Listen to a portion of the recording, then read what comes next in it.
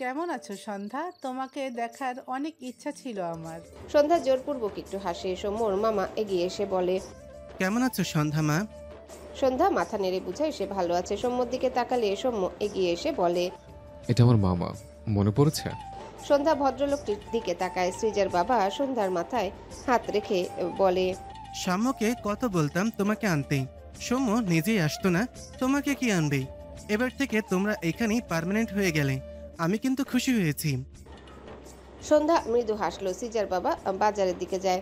তারা জানতো না সৌম্য আসবে, জানলে আগে থেকেই বাজার করে রাখতো। অতঃপর বাইরে যেতে যেতে সৌম্যর উদ্দেশ্যে বলে। তোমরা বিশ্রাম নাও বাবা, আমি আসছি। সৌম্য ছোট করে বলে। জি মামা। সৃজা কোমরে হাত রেখে বলে। আর আমি তাদের মেয়ে পূজা। এরপর সৌম্যর দিকে চেয়ে বলে। আপনার বোনকে আমার পরিচয় দিলে কি আপনার মুখ ক্ষয় হয়ে যেত? সৌম্য বিরক্ত চোখে তাকায়। সন্ধ্যা একবার সৃজার দিকে তাকায়, আরেকবার সৌম্যর দিকে। সৌম্য সন্ধ্যার উদ্দেশ্যে বলে। বনু, ঘুমিয়ে নে একটু। সৃজার ছোট ভাই সন্ধ্যার সামনে এসে ডান হাতের আঙ্গুল উঁচিয়ে বলে। তোমার নাম কি বলো? সন্ধ্যা বাচ্চা ছেলেটার দিকে তাকায়। সৃজা তার ভাইকে কোলে নিয়ে সন্ধ্যার সামনাসামনি দাঁড় করিয়ে বলে। এটা তোমার সন্ধ্যা আপু। বাচ্চাটা বলে। আমি অন্ধকার। সৃজানের কথায় সন্ধ্যা সৃজা একটু হাসলো। সৌম্য সৃজার দিকে তাকিয়ে বলে। এখান থেকে যাও। সৃজা বিব্রত বোধ করে বলে। কেন? সৌম্য সৃজানের দিকে তাকিয়ে বলে। তোমার আপুকে নিয়ে যাও সিজন ভাইয়া, আমরা অনেক ক্লান্ত।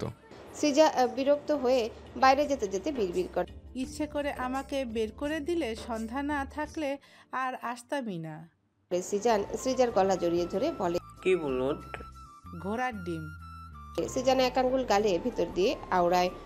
গলার ডিম। সৃজা বেরিয়ে গেলে সন্ধ্যা সৌম্যর সামনে গিয়ে ইশারায় বলে। তুমি আপুটাকে এইভাবে যেতে বললে কেন? সৌম্য মৃদু স্বরে বলে। এমনি বেশি কথা বলে, তুই একটু ঘুমিয়ে নে বনু। সন্ধ্যা সৌম্যর পরনে শার্টের দিকে তাকালো। গতকাল রাতে ওই ডক্টর তার ভাইকে বলেছিল 24 ঘন্টা রেস্ট নিতে হবে। সেখানে সৌম্য কয়েক ঘন্টা পরেই জার্নি করেছে। সন্ধ্যার মাথায় চিন্তা ভর করে। দুহাতে সৌম্য শার্ট ধরে উঁচু করে নিলে সৌম্য দ্রুত পিছিয়ে গিয়ে বলে। কি করছিস? সন্ধ্যা বিরক্ত হয়। সে সৌম্যর ক্ষতস্থান দেখতে চায় এখন কি অবস্থা। সন্ধ্যা আবারও এগিয়ে গেলে সৌম্য উল্টে ঘুরে দাঁড়ায়। এতটা পথ জার্নি করে পেটে প্রচন্ড চাপ পড়েছে, রক্ত ঝরেছে, আবার ভেজা ভেজা লাগছে। খুব ভালোই বুঝলো সন্ধ্যা তার অবস্থা দেখতে চাইছে। এরকম অবস্থা দেখে তার বোনটা আবার ভয় পাবে। এমনিতেই কাল থেকে কম কিছু ঘটেনি তার বোনের সাথে। সে তার পেটের এরকম অবস্থা সন্ধ্যাকে কিছুতেই দেখাতে পারবে না।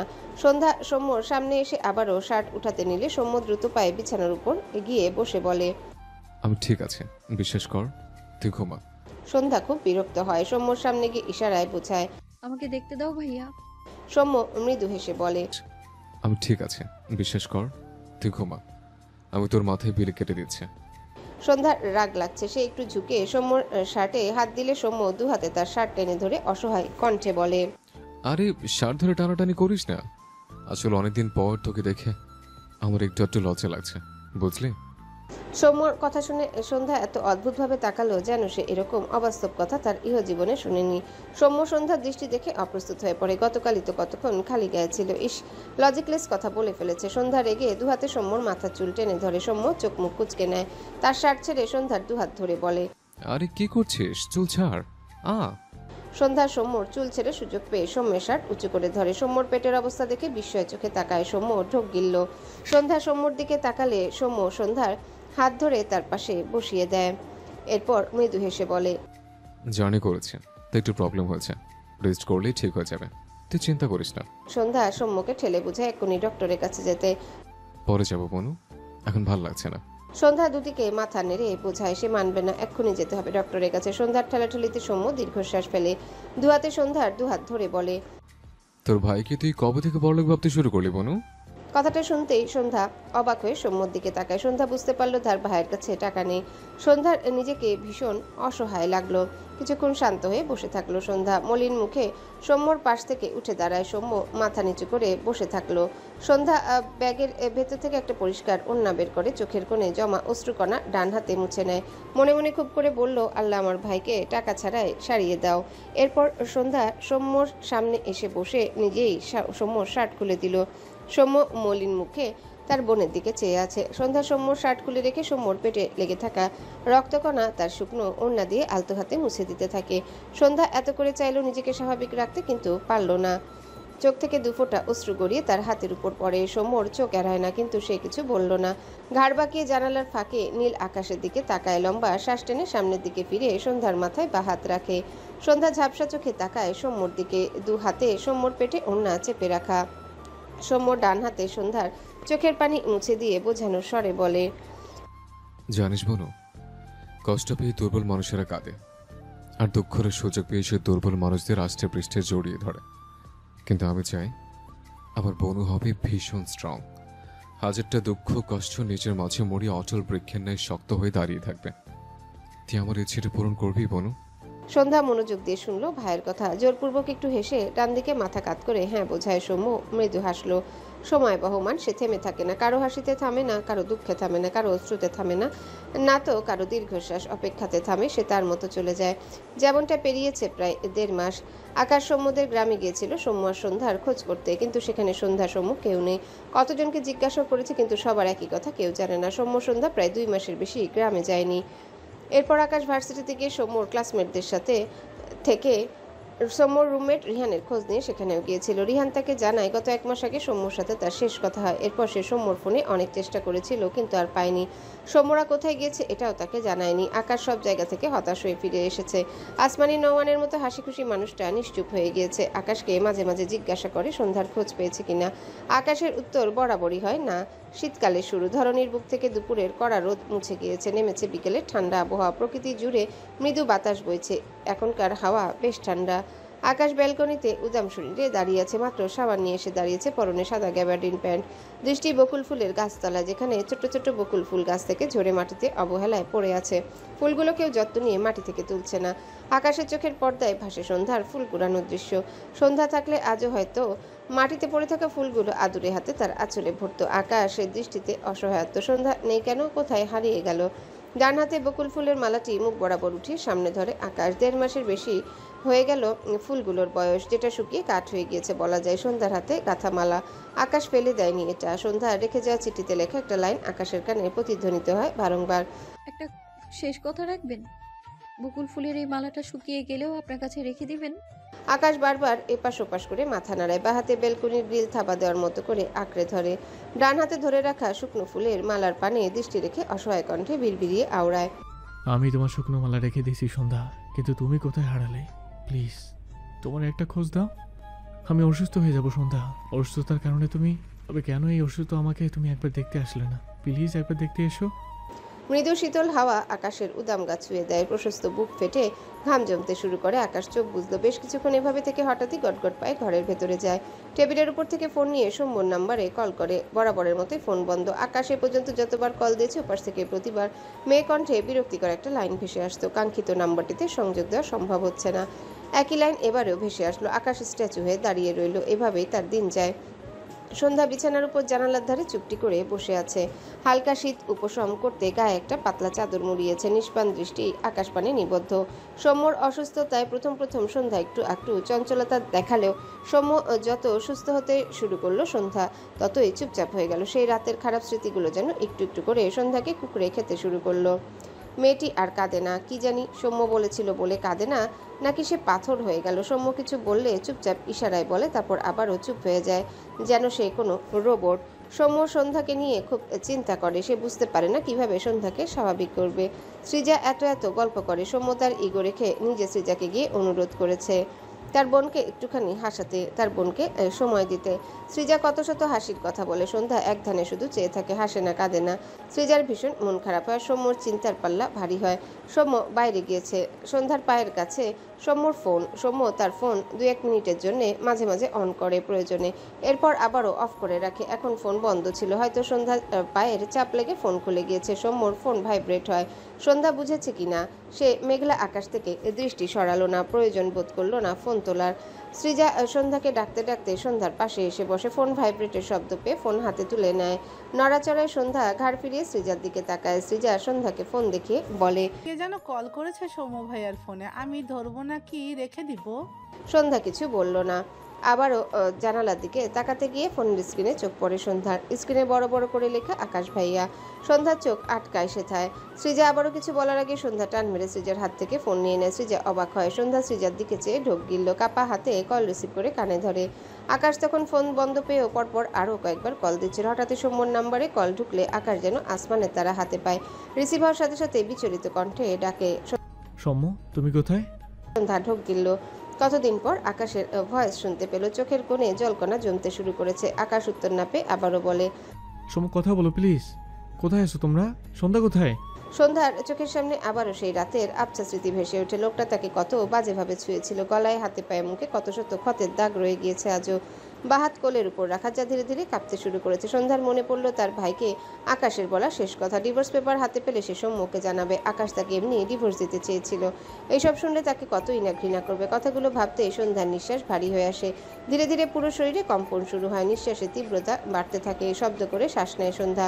সৃজা ভয় পেয়ে সন্ধ্যার বা হাত ধরে বলে, সন্ধ্যা কি হয়েছে তোমার?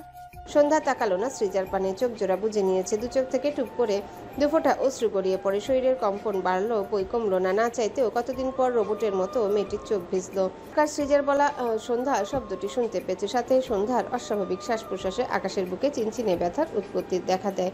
দু চোখের পাতা বন্ধ করে ঢোক গিলে ভাঙা গলায় ডাকে, সন্ধ্যা? আকাশের ডাকে সন্ধ্যার গলা ফাটে কাঁদতে ইচ্ছা করলো। কারণ সে জানে না। আবারও আকাশের কণ্ঠ ভেসে আসে। সন্ধ্যা কোথায় তুমি? সন্ধ্যা বা হাতে মুখ চেপে রেখেছে। ওপাশ থেকে আকাশ আবারও অসহায় কণ্ঠে ডাকে, সন্ধ্যা? সন্ধ্যার কি হলো কে জানে। সে দ্রুত কান থেকে ফোন নামিয়ে কল কেটে দেয়। চোখ থেকে টুপ করে কয়েক ফোঁটা পানি গড়িয়ে পড়লো। সন্ধ্যা সেদিকে তাকালো না। কাপা হাতে ফোনের ভেতর থেকে সিম বের করে চোখের পলকে সিমটি দুখণ্ড করে ফেলে। সৃজা অবাক হয়ে চেয়ে আছে সন্ধ্যার পানে। সন্ধ্যাকে ঝাঁকিয়ে বলে, সন্ধ্যা, এটা কি করলে তুমি? সন্ধ্যা ভেজা নির্জীব চোখে সৃজার পানে তাকালো। সৃজা বুঝতে পারছে না সন্ধ্যার কি হয়েছে।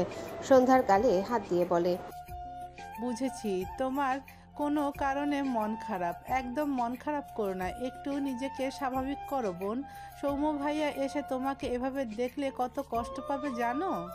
সন্ধ্যা মাথা নিচু করে নেয়। সৌম্য টিউশন থেকে ফিরে মাত্রই ঘরের দরজায় দাঁড়িয়েছিল। সৃজার বলা লাস্ট কথাটা শুনতে পেয়ে সৌম্য দ্রুত পায়ে এগিয়ে এসে বলে, কি হচ্ছে আমার বনুর?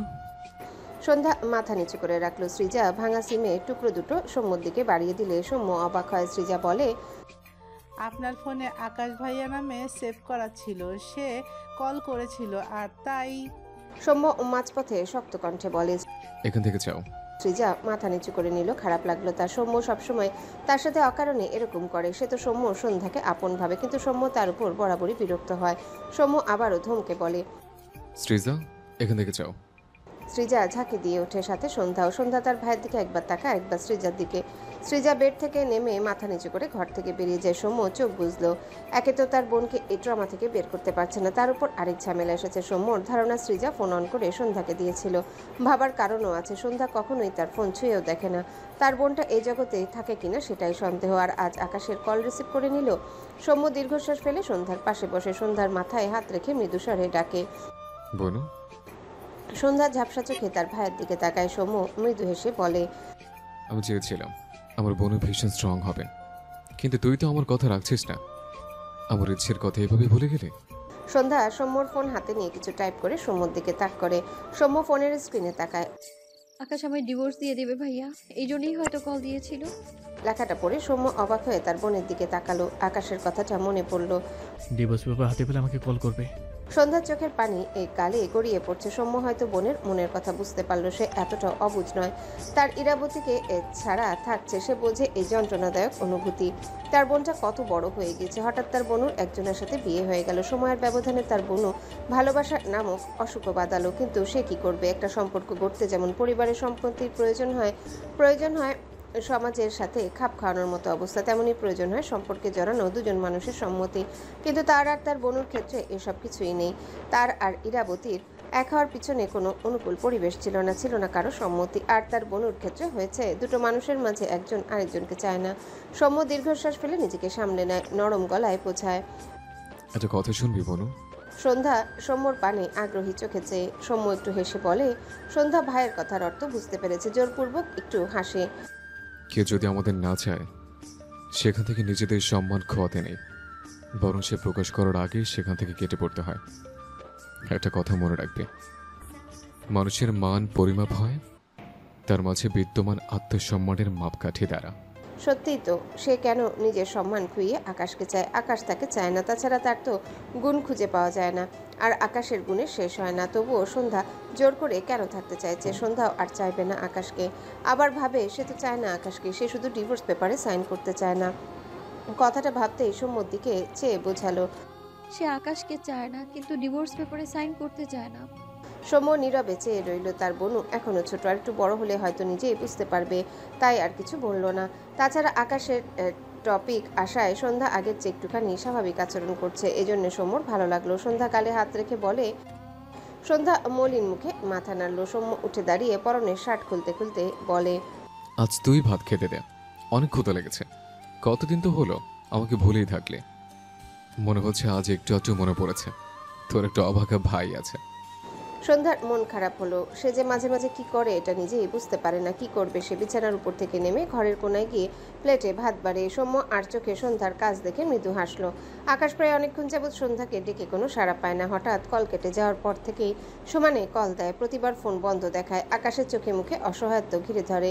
রাগে হাতের ফোন আছাড় দিতে গিয়েও থেমে যায়। নিজেকে শান্ত করে সময় নিয়ে মাথায় কিছু খেললো। সময় নষ্ট না করে দ্রুত কাউকে ফোন করে। রিসিভ হতে আকাশ বলে ওঠে, একটা নাম্বার পাঠিয়ে দিচ্ছি, লাস্ট লোকেশন কোথায় ছিল আমাকে পাঠাবা। ওপাশ থেকে আকাশের পরিচিত এক ফ্রেন্ড বলে। 1 ঘন্টা টাইম দে। আকাশ চেঁচিয়ে বলে, পাগল নাকি? 1 মিনিটও দিতে পারবো না, এক্ষুনি দে, নয়তো বউকে ভুলে যা তুই। ওপাশ থেকে ছেলেটি কাঁদো কাঁদো মুখ করে বলে। কয়েকদিন আগেই বিয়ে করলাম। আকাশ বিরক্ত হয়ে বলে। এই জন্য ভুলতে সময় লাগবে না। ওপাশ থেকে ছেলেটি অসহায় কণ্ঠে বলে, তোর কাজ করে দিচ্ছি, 5 মিনিট সময় দে অন্তত। আকাশ ছোট করে হুঁ বলে কল কেটে দেয়। ফোন টেবিলের উপর রেখে টেবিলের ড্রয়ার খুলে একটা কাগজ বের করে। ডিভোর্স পেপার এটা। সন্ধ্যা যাওয়ার পর 1 সপ্তাহের মাথায় আসমানি নওয়ান তাকে ডিভোর্স পেপার ধরিয়ে দিয়েছিল, কিছু কথাও শুনিয়েছিল। এবার ডিভোর্স পেপার সাইন করে তুমি শান্তিতে নিঃশ্বাস নাও। খুশি হয়েছে তো, তাই না? আকাশ চুপচাপ পেপারটির দিকে তাকিয়েছিল। মায়ের কোনো কথাই কানে নেয়নি, কোনো উত্তরও করেনি। এরপর পেপারটি একটি ড্রয়ারে অবহেলে ফেলে রেখেছিল। আজ হঠাৎ পেপারটির কথা মনে পড়ল। রাগ হলো আকাশের। পেপারটি কুটি কুটি করে ছিঁড়ে ছুঁড়ে ফেললো। ফোনে টুং করে নোটিফিকেশন আসলে আকাশ দ্রুত ফোন হাতে তুলে নেয়। কাঙ্ক্ষিত জিনিস পেয়ে আকাশের মুখে হাসি ফুটে ওঠে। অতঃপর দ্রুত রেডি হয়ে নিল। প্যান্টের উপর একটা সাদা পাঞ্জাবি জড়ালো। আয়নায় কখনো নিজেকে সেভাবে দেখা হয়নি। আজ দেখলো তার পোশাকের দিকে। সন্ধ্যার শুভ্র পাঞ্জাবিওয়ালার সম্বোধনটি মনে পড়তে আকাশ আরেকটু হাসলো। সন্ধ্যা যাওয়ার পর কখনো শার্ট পরেছে বলে মনে পড়ে না আকাশের। আকাশ শার্ট পরতে গিয়ে আবার রেখে দিয়ে পাঞ্জাবি পরেছে। এরকমও হয়েছে, রাস্তার পাশে ফুটপাতে নিয়ে বসে থাকা সাদা পাঞ্জাবির দিকে নজরে পড়লে সেখান থেকে সব সাদা পাঞ্জাবি বেছে বেছে কিনে নিত। ফুটপাতের বলে ফিরিয়ে দিতে গিয়েও রেখে দিত। তার মনে হতো ব্যাপার না, পাঞ্জাবি তো সাদা, এতেই তার চলবে। এখন ঘড়িতে সময় 5টা। সিলেটে যেতে যেতে কম হলেও 10টা বাজবে। রাত হলেও আকাশ যাবে। অতঃপর ফোন পকেটে রেখে গাড়ির চাবি নিয়ে বাড়ি থেকে বেরিয়ে যায়। গ্যারেজের দিকে যেতে নিলে কোথা থেকে অরুণ দৌড়ে এসে আকাশকে জড়িয়ে ধরে বলে, বাতাস ওরফে সভাপতি বাবু কংগ্রেস, মিষ্টি খাওয়া চল। আকাশ অরুণকে ঠেলে বিরক্ত হয়ে বলে। দূরে থাক, চিপস ক্যান। অরুণ ভ্রু কুঁচকে বলে, এসবের হিসাব পরে করিস। তুই কি আদৌ বুঝতে পারছিস যে তুই ঢাকা উত্তর মহানগর সভাপতি হিসেবে সিলেক্ট করেছিস? অ্যাট লিস্ট একটা এক্সপ্রেশন দে। আকাশ বিরক্ত হয়ে বলে। আপাতত মুড নেই। কথাটা বলে অরুণকে পাশ কাটিয়ে তার গাড়ির দিকে এগিয়ে যায়। অরুণ অবাক হয় আকাশের কাণ্ডে। এটা কে রে? আকাশ সভাপতি হয়েছে এই খবর পেয়ে আকাশ নিশ্চিত একটা লাভ দিত, নয়তো নিজেই তার উপর এসে ঝাঁপিয়ে পড়তো। কিন্তু এ তো সামান্য খুশি খুশি এক্সপ্রেশনটাও দিচ্ছে না। ভাবনার মাঝেই আকাশকে গাড়ি ঘুরিয়ে অরুণের দিকে আসছে দেখে অরুণ লাভ দিয়ে সাইডে গিয়ে দাঁড়িয়ে বলে, কি রে বাবা, মারার প্ল্যান করছিস নাকি? কোথায় যাচ্ছিস এখন?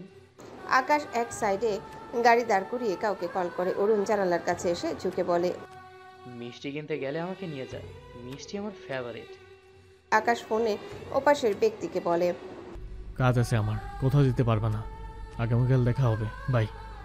এরপর কল কেটে গাড়ি স্টার্ট দিয়ে অরুণের উদ্দেশ্যে বলে, মাকে বলবে কাজে গিয়েছে, আজ নাও ফিরতে পারি। এরপর গাড়ি স্টার্ট দিয়ে চোখের পলকে জায়গাটি প্রস্থান করে।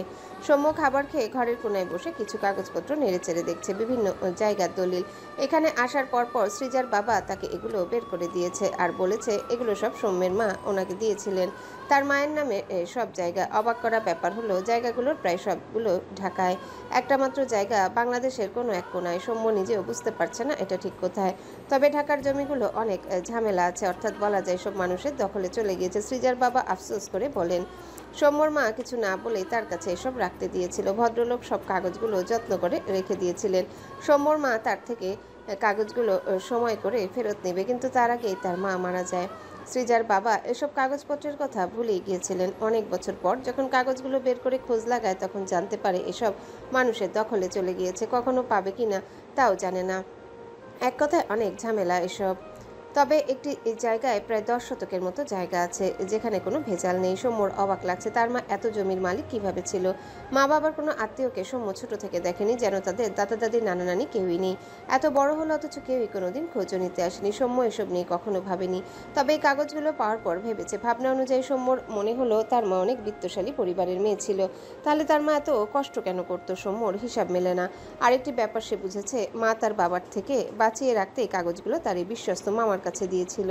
সৌম্যর ভার্সিটিতে ফাইনাল এক্সাম আছে কয়েকদিন পর, এজন্য ঢাকা যেতে হবে একবার, তারপর সৌম্যর মাস্টার্স কমপ্লিট হয়ে যাবে। সে ভাবলো তখন এই জমিগুলোর খোঁজ করবে গিয়ে। আর সৃজার বাবার টাকাগুলো কিভাবে দিবে তার মাথা কাজ করছিল না, তবে সে কোনো না কোনো এক উপায়ে বের করতই। কিন্তু একটি জমির কাগজ নির্ভেজাল পেয়ে সৌম্য সিদ্ধান্ত নিল তার এক্সাম শেষে সে এই জমিটা বিক্রি করে মামার টাকা শোধ করে দিবে। বাকি জমিগুলো হয়তো নিলামে ওঠার উপক্রম। হঠাৎ শুনতে পায় মেয়ে কণ্ঠে সন্ধ্যা নাম নিয়ে অনবরত কেউ ডাকছে আর এদিকে আসছে। সৌম্য কাগজগুলো ভাঁজ করে ব্যাগে ভরে রাখলো। সন্ধ্যা বিছানার উপর বসেছিল, তার নাম শুনে বিছানা থেকে নেমে দাঁড়ায়। হঠাৎই একটা মেয়ে দৌড়ে এসে সন্ধ্যাকে জাপটে ধরে।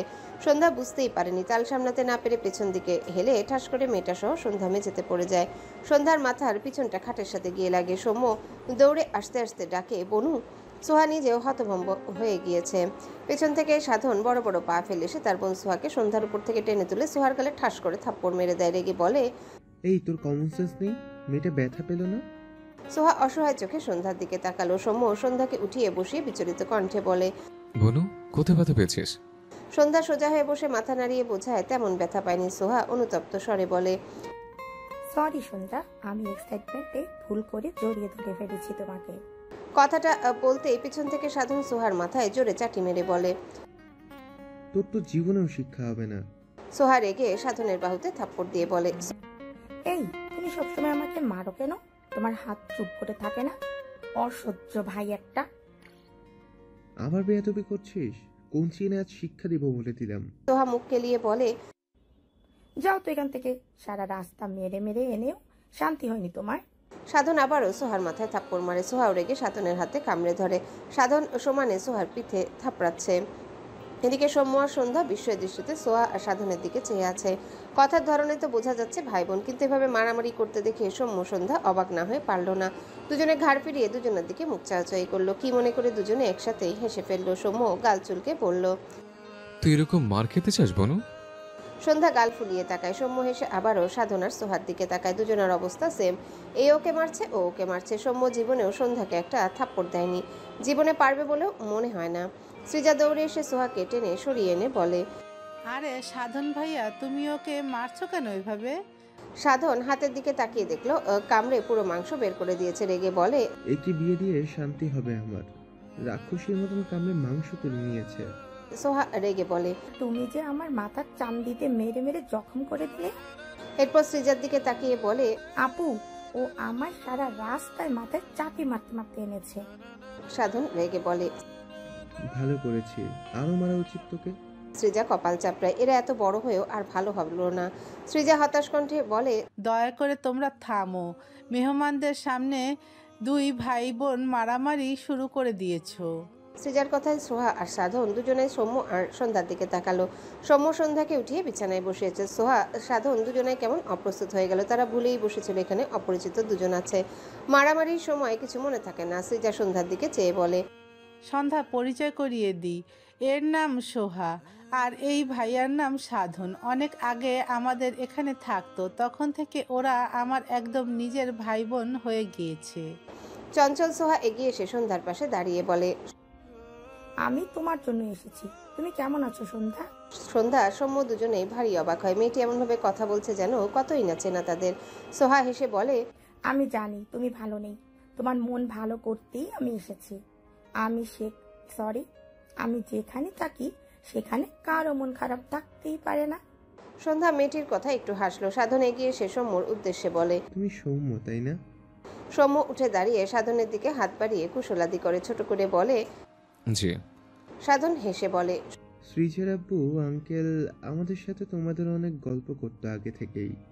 তোমরা এসেছো শুনে আমরা দেখা করতে চলে আসলাম। সৌম্য মৃদু হাসলো। সোহা আর সাধনের সাথে পরিচিত হয় তারা দুই ভাই বোন। তাদের মাঝে শুধু বয়সের মিল ছাড়া আর কোনো মিল নেই। সোহা আর সাধন দুজনেই অনেক ফর্সা আর ভীষণ চঞ্চল, কিন্তু সৌম্য সন্ধ্যা এর বিপরীত। সোহা ফ্রেশ হয়ে কিছু খেয়ে সেই যে সন্ধ্যার পাশে গল্প করতে বসেছে, এরপর থেকে একটু উঠেনি। মেয়েটা এত হাসায় সন্ধ্যা না চাইতেও হেসে ফেলে। সৃজা স্বস্তির নিঃশ্বাস ফেলে। অবশেষে সন্ধ্যাকে একটু হলেও স্বাভাবিক পাচ্ছে সোহার জন্য। সৌম্য সন্ধ্যাকে হাসতে দেখে স্বাভাবিক হয়ে ইশারায় অনেক কিছুই বোঝাতে দেখে ভীষণ শান্তি পায়। তার এই পাতানো মামার ঋণ সৌম্য কখনো শোধ করতে পারবে না, না চাইতেও তার কত শত সমস্যার সমাধান করে দেয়।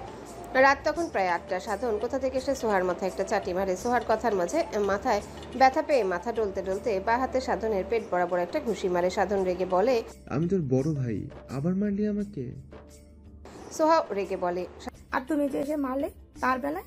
সাধন দাঁত কিরমিট করে বলে, বাড়ি যাবি না? কত রাত হয়েছে দেখেছিস? কখন থেকে আন্টি খেতে ডাকছে? বলতে বলতে সোহার মাথায় আরেকটা চাটি মারে। সোহা আবারও সাধনকে মারতে গেলে সন্ধ্যা সোহাকে আটকে দেয়, ইশারায় না করে। সোহা কাঁদো কাঁদো মুখ করে বলে, তুমি নিষেধ করেছো? তুমি জানো এই ভাইটা আমাকে মেরে মেরে আমার জীবনটা পুরো ভেজে দিয়েছে। সৌম্য এগিয়ে এসে বলে, তোমরা কি সবসময় এরকম মারামারি করো? সাধন একটু আমতা আমতা করে বলে, তুমি চেনো না একে, ওর থেকে বাদরও ভালো আছে। সোহা ভেঙচি কাটে। সৌম্য কি বলবে বুঝলো না। সে তো পদে পদে শুধু অবাক হচ্ছে। সে সন্ধ্যাকে একটু টাচ ও আস্তে করে, তার বোন যেন ব্যথা না পায়। আর এই ছেলে তার বোনকে দিব্যি মেরে যাচ্ছে। রাতের খাবার শেষে সোহা আর সাধন আরও বেশ কিছুক্ষণ গল্পগুজব করে সবার সাথে। কখন 10টা বেজে গিয়েছে গল্পের তালে কেউ বুঝতে পারেনি। সৃজার বাবা সাধনকে থাকতে বললে সে জানায় আজ কোনোভাবেই থাকা যাবে না, তার অনেক গুরুত্বপূর্ণ কাজ আছে। সোহাও রেডি হয়ে আসে। হঠাৎ মাথায় কিছু আসতে সৃজার বাবার কাছে গিয়ে বলে, আঙ্কেল, সন্ধ্যাকে আমার সাথে নিয়ে যাই প্লিজ আঙ্কেল। সৃজার বাবা কিছু বলার আগেই সৌম্য বলে, না, আমার বোনও কোথাও যাবে না। সোহা অসহায় চোখে তাকায়। সন্ধ্যার ভাই কেমন অদ্ভুত। তার ভাই তো তাকে দু চোখে সহ্য করতে পারে না, এদিকে সন্ধ্যার ভাই সন্ধ্যাকে দু চোখের আড়াল হতে দেয় না। হা, সন্ধ্যার কি কপাল। এসব ভাবনা রেখে সোহা সন্ধ্যার হাত ধরে সৌম্যর সামনে এসে বলে, ভাইয়া, আপনার বোনকে অনেক যত্ন রাখবো, প্লিজ যেতে দিন। সৌম্য বিরক্ত হয়ে সন্ধ্যাকে টেনে তার পাশে দাঁড় করিয়ে বলে, কোনো দরকার নেই, আমি আমার বোনের যত্ন করতে পারি। সৌম্যর কথা শুনে সৃজারা সব হাসছে। এক বোন পাগলার কাছে এই সোহা কি সব ভুল ভাল আবদার করছে। সোহা সন্ধ্যার দিকে তাকিয়ে বলে, সন্ধ্যা, তোমার ভাইকে বোঝাও প্লিজ, তোমাকে আমি অনেক কিছু রান্না করে খাওয়াবো। সন্ধ্যা সোহার কথায় হেসে ফেলল। মনে হচ্ছে সে ছোট বাচ্চা, তাকে খাবারের লোভ দেখে যেতে বলছে। ইশারায় বলে, তোমরা আজকে যাও, আবার এখানে আসবে কেমন? সন্ধ্যা বোবার কথা সোহা বুঝতে পেরে মন খারাপ করে বলল, ও, তুমি আমার সাথে যেতে চাইছো না? তোমাকে আমি আমার বোন ভাবলেও তুমি ভাবতে পারছো না। সন্ধ্যা মন খারাপ করে তাকালো। মেয়েটা ভীষণ ভালো। কয়েক ঘন্টার পরিচয় মনে হচ্ছে কত যুগের চেনা। সন্ধ্যা তার ভাইকে ডেকে ইশারায় বোঝায়, ভাইয়া আমি যাই ওর সাথে। সৌম্য সাথে সাথে বলে ওঠে, তুই আবার আমাকে রেখে চলে যেতে চাইছিস? সন্ধ্যা অসহায় চোখে তাকালো ভাইয়ের দিকে। সে যেদিকেই যাচ্ছে সবাই তাকে ভুল বুঝছে। সৃজার বাবা হেসে বলে, সৌম্য, চিন্তা করো না, সাধন আর সোহা সন্ধ্যার অনেক আপ্যায়ন করবে। সোহার মায়ের সন্ধ্যাকে খুব পছন্দ হয়েছে। সোহা খুব খুশি হলো। সৌম্য মানবে না, পাগল নাকি? সে রাতে ঘুমাতেই পারবে না তার বোন অন্য কোথাও গেলে? সাধন এগিয়ে এসে বলে, সৌম্য, তুমিও আমাদের সাথে চলো, আমাদের ওখানটা তোমাদেরকে ঘুরিয়ে দেখাবো। সৃজার বাবাও সাধনের সাথে একমত। অচেনা অজানা কারো বাড়ি যেতে সৌম্য যদিও ভীষণ ইতস্তত বোধ করছিল, কিন্তু সন্ধ্যার দিকে চেয়ে রাজি হলো। সন্ধ্যা সোহার সাথে খুব সুন্দর মিশে গিয়েছে। তার জীবনে চাওয়ার মধ্যে সর্বপ্রথম চাওয়া তার বোনও ভালো থাকুক। এ কারণে সৌম্য রাজি হয়েছে। এরপর সকলে রেডি হয়ে সাধনদের বাড়ির উদ্দেশ্যে রওনা হয়। সাধন সৌম্য আগে আগে হাঁটছে, সোহা সন্ধ্যা সৃজা পিছে পিছে হাঁটছে। ঘড়িতে প্রায় 10টা 30। আকাশ মাত্র ভানুগাছ গ্রামে এসে নেমেছে। মেন রাস্তা থেকে গাড়ি আর ভিতর দিকে আসে না। বিরক্ত হলো সে। কোন অজপাড়া গ্রাম এটা কে জানে। গাড়ি সাইড করে রেখে মেন রাস্তা থেকে কাঁচা রাস্তায় নেমে পড়ে। চারিদিকে কেমন ঘুটঘুটে অন্ধকার। আকাশ পকেট থেকে ফোন বের করে ফ্ল্যাশ জ্বালিয়ে রাস্তার দিকে তাক করে হাঁটতে থাকে। বাম পাশটায় পাঞ্জাবির সাথে কি যেন বেঁধে যাওয়ায় আকাশ দাঁড়িয়ে গিয়ে বাম দিকে ফিরে তাকায়। তখনই আকাশের পাশ দিয়ে সৌম্য সাধন পাস করে যায়। পিছু পিছু সন্ধ্যার সোহা আশ্রিজা আকাশের পাশ দিয়ে পাস করতে গিয়ে সন্ধ্যা আকাশের ডান বাহুর সাথে ধাক্কা খেয়ে ঠাস করে পড়ে যায়। রাস্তাটি ছোট, একসাথে তিনজন। আবার পাশে আকাশ দাঁড়িয়ে থাকে। সন্ধ্যা আকাশের সাথে বেঁধে গিয়েছে। অন্ধকারে তেমন কিছু দেখাও যায় না। সন্ধ্যা কোমরে ব্যথা পেয়ে চোখ মুখ কুচকে নিয়েছে। আকাশ বিরক্ত হলো। পাঞ্জাবি ছুটাতে পেরে সে আর এখানে দাঁড়ালো না। যে পড়ার পড়েছে, তার মাথায় আপাতত সন্ধ্যা ঘুরছে। সে কাঙ্ক্ষিত জায়গায় পৌঁছে তবেই দম নিবে। পায়ের গতি বাড়িয়ে দ্রুত পায়ে সামনের দিকে এগিয়ে যায়। এদিকে সন্ধ্যাকে পড়ে যেতে দেখে সোহা দ্রুত সন্ধ্যার পাশে বসে বলে, হাই হাই, পড়লে কিভাবে? সৃজা ফোনের আলো ধরেছে। সোহা সামনে তাকালে দেখলো একটা পাঞ্জাবি পরা ছেলে গটগট পায়ে এগিয়ে যাচ্ছে। রাগ হলো তার। কিছু বলতে নেওয়ার আগে সৌম্য দৌড়ে এসে বলে, তোমরা আমার বোনকে ফেলে দিয়েছো কেন? সোহা আর সৃজা ভ্রু কুচকে তাকালো। তারা আবার কখন ফেলে দিল সন্ধ্যাকে? সৌম্য সন্ধ্যাকে ধরে ধরে উঠিয়ে জিজ্ঞাসা করে, বনু, কোথাও ব্যথা পেয়েছিস? পেছন থেকে সাধন বলে, তুমি এত হাইপার হও কেমনে ভাই? মানুষ শোনা হারিয়ে গেলে এত হাইপার হয় না। সন্ধ্যা ঝাপসা চোখে সৌম্যর পানে চেয়ে আছে। যদিও অন্ধকার, তবুও একটু একটু যা দেখতে পেল সন্ধ্যার মনে হয় তার ভাই এত ভালো কেন। সৌম্য সন্ধ্যার কাপড় ঝেড়ে দিয়ে পা হাতে আগলে নিয়ে সামনে এগুতে এগুতে বলে, সোনা হারালে সোনা পাওয়া যায়, আমার বোনও হারালে কোথায় পাবো ওকে? সন্ধ্যা ডান হাতে সৌম্যর পিছন থেকে পিঠে হাত রাখে, বা হাতে আবেগী অশ্রু মুছে নেয়। পিছন পিছন সাধন সোহা সৃজা এগিয়ে যায়। সৃজা যদিও অবাক হয় না তেমন। এই কয়েকদিনে এদের ভাই বোনের সম্পর্কে ধারণা হয়েছে তার। তবে সাধনা সোহা ভীষণ অবাক হয়। সৌম্যকে যত দেখছে শুধু অবাকই হচ্ছে তারা। আকাশ একদম সন্ধ্যাদের ঘরের সামনে দাঁড়িয়েছে। সৌম্যর ফোনের লাস্ট লোকেশন এই ঘর। বাড়িটা কাঠের, এক অদ্ভুত টাইপ। আকাশ হাত দিয়ে দরজায় নক করে। সৃজার বাবা বাইরে দাঁড়িয়েছিল। সৌম্যদের ঘরের সামনে একজনকে দেখে এগিয়ে এসে বলে, কে ওখানে? আকাশ উল্টো ঘুরে ফোনের লাইট তাক করে। আকাশের দিকেও সৃজার বাবা টর্চ লাইট তাক করে আছে। আকাশ চোখ মুখ কুচকে তাকায়। সৃজার বাবা বিস্ময় দৃষ্টিতে তাকায় আকাশকে দেখে। খবরের কাগজ পড়ার অভ্যাস তার অনেক আগে থেকে, আর সেই সূত্রে আজকের পেপারে বড় করে লেখা ছিল আজকে আকাশ নওমান ঢাকা উত্তর মহানগরের সভাপতি হিসেবে সিলেক্ট হয়েছে। আকাশের ছবি বড় সড়ো করে দেওয়া ছিল। ভদ্রলোকের আকাশকে চিনতে অসুবিধা হয়নি। এগিয়ে এসে বলে, হ্যালো বন্ধুরা, পরবর্তী পার্ট খুব তাড়াতাড়ি আসবে, তো সবাই অপেক্ষায় থাকো। আর চ্যানেলটি যারা এখনো সাবস্ক্রাইব করোনি তারা পরবর্তী পার্ট দেখার জন্য চ্যানেলটি সাবস্ক্রাইব করে রেখো। ধন্যবাদ সবাইকে, আমাদের সাথেই থেকো।